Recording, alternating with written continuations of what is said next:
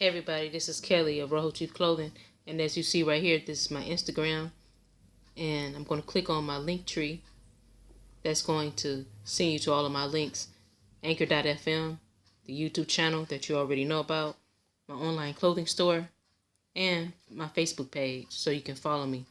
Alright, so Anchor.fm, that's my podcast. So stories or news that I'm not going to post on YouTube, you can find them on my podcast, and you can listen to them on Spotify and also on Breaker and other, podcasts. Okay. Then, as you may or may not know, this is my online clothing store where you can find fashions on here for men, women, kids, and babies. So, let's get ready for the show. Hi everybody, this is Kelly, Rojo Chief Clothing, and I'm here to talk to you about now the ethnic cleansing of a town that was created by American Indians, and how that town is now a ghost town that is buried underneath Lake Lanier. Now, it says here Lake Lanier is a reservoir in Georgia. It says Lake Lanier is a reservoir in the northern portion of the U.S. state of Georgia. It was created by the completion of Beaufort Dam on the Chattahoochee River in 1956, and is also fed by the waters of the Chestati River. Okay, they said the area is 57.92 miles squared. The length is 44 miles, and the surface elevation is 1,071.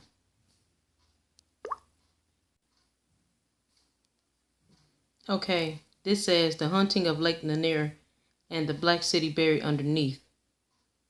Okay, so it says there's a city buried under Lake Lanier. Submerged with it is a secret, an American horror story filled with terror, death, genocide, and ghosts. If you spend any time in or around Atlanta, you've heard of tales of Lake Lanier.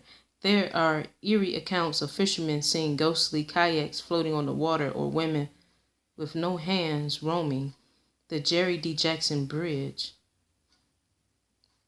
Ever so often, someone loses their life at the lake and leaves behind stories of good swimmers being snatched under the water, unexplainable boating accidents, or vehicles crashing into the lake without cause. Many folks who live close by will tell you straight up, don't go to Lake Lanier. And this death toll certainly validates their point. There have been over 500 deaths since the lake's inception, and more than 200 since 1994. When the lake is cursed or not is entirely up to you. But one thing's for certain, its horrifying past adds to a much needed perspective to understanding its haunted present. Okay, so I'm skipping down to where it says, to 1912 in the small African-American town of Oscarville. Well, we know that term didn't exist back then. It was more than likely colored at that time. Okay, or mulatto or black was used on the census at that time because African-American didn't exist. Settled along the Chattahoochee waters, Oscarville was home to roughly 1,100 black folks, most of whom were freed after fighting the American Civil War. Many worked as hands in the cotton fields or performed odd jobs for white residents in the surrounding neighborhoods. They managed to make a decent living for themselves, creating a healthy community with churches, schools, and small businesses. Still on edge from the Atlanta race riots in 1906, many locals feared more violence could erupt at any time. Black American sociologist and author W. Du Bois says penned an emotional essay called A Litany of Atlanta, which was printed in local newspapers and captured the shared pain, fear, terror black people felt in the South during that time. I'm skipping over that because I know that he was a Boule person. So anyway, skipping over that part. It says Forsyth County racial conflict on September 5th, 1912. a 22-year-old white woman named Ellen Grease claimed 2 black men tried to rape her. Typical. They always lie. But were unsuccessful because they were scared away by her mother. The Forsyth County Sheriff arrested 5 black men for the alleged assault. News of the attack and arrest caused quite a stir in the surrounding black community. A vocal black preacher named Grant Smith appealed to the sheriff to release the men. He claimed there wasn't much evidence to hold all 5 men accountable for the assault, and also suggested that one of the men could have already been in a consensual relationship with Grease. So what it really sounds like is that it was an interracial relationship going on, perhaps, between this white woman and this American Indian male.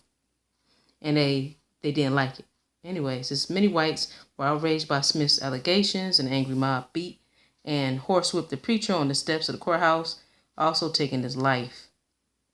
A week later, on September 12, 1912, an 18-year-old white woman named Mae Crow was raped and beaten in Big Creek community of Forsyth County, Georgia. The next morning, Crow's body was found half naked, bloody, and hidden under a pile of leaves. Her skull had been bludgeoned with a stone, but she was alive and barely breathing. Searchers would allegedly find a small pocket mirror at the scene of the crime that was said to have belonged to Ernest Knox, a 16-year-old boy from Cumming, Georgia. Knox was arrested at his home, then subjected to a mock lynching, which led to his coerced confession for the attack on Crow. A word spread of the attack on Crow and the confession by Knox. Whites became increasingly angry. It wasn't long before a lynch mob formed in front of the jailhouse where Knox was being detained. Officers had to sneak Knox out of the back door late that evening just to keep him from being hanged.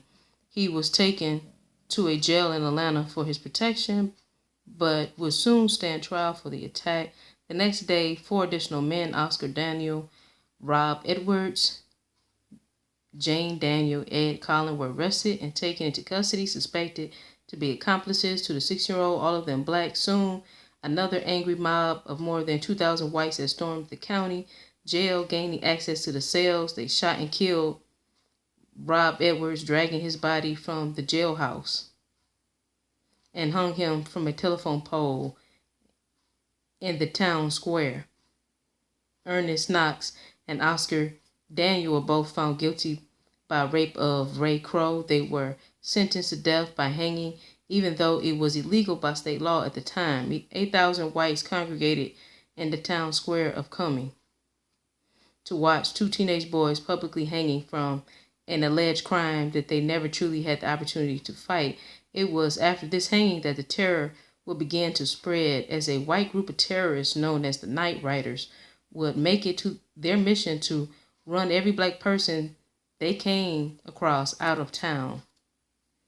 Oscarville would end up being one of their main targets, and over the short period of just a few years, 98% of its black residents would end up either leaving their homes or being murdered for refusal to move. Black property deeds found their way into hands of white neighbors. So theft. So, as we said before, they used terrorist acts of murder in order to get their hands on land that didn't belong to them. Okay? Say black property deeds found their ways into hands of white neighbors without any bill of sale or transfer. So that means that it's illegal. So you have white people in the state of Georgia right now that have their hands on deeds that don't even belong to them. So that's theft. Okay? That's theft. And that's the reason why it's very important for you to do your genealogy and find out who your ancestors are, so you can go to probate court and claim that land. Okay? Anyways, it says this effectively allowed many whites to steal the land once owned by their black counterparts when they were driven out by the Night Riders. More than 1,100 blacks will lose their livelihood in little time. The once functioning African-American town, more than likely it was an American Indian one, called Oscarville would be a ghost town. Okay. It says over time, pieces of land would be sold to the government, and by 1950, a plan to build Lake Lanier was in full effect. Soon, the entire town of Oscarville would be underwater, intentionally flooded in conjunction with the Beaufort Dam to support the growing demand for water supply to the nearby cities. To me, this seems like they purposely flooded this town out in order to cover up the atrocities that they did, the terrorism that had took place there. They wanted to cover up what they did. To me, literally covering their tracks, and because of the unrest, because of the murders that took place there, that's probably why this area is haunted. To me, that makes a lot of sense. It says, in the end, construction would destroy more than 50,000 acres of farmland and displace more than 250 families. It would also relocate 20 cemeteries and their corpses in what some may see as an attempt to erase the sins of his past. Yeah, I had just said that. Yeah. And I totally agree. 100%. Please drop me a like if you haven't already. And also feel free to subscribe if you aren't already, and hit the notification bell to know whenever I drop a new video. Thank you.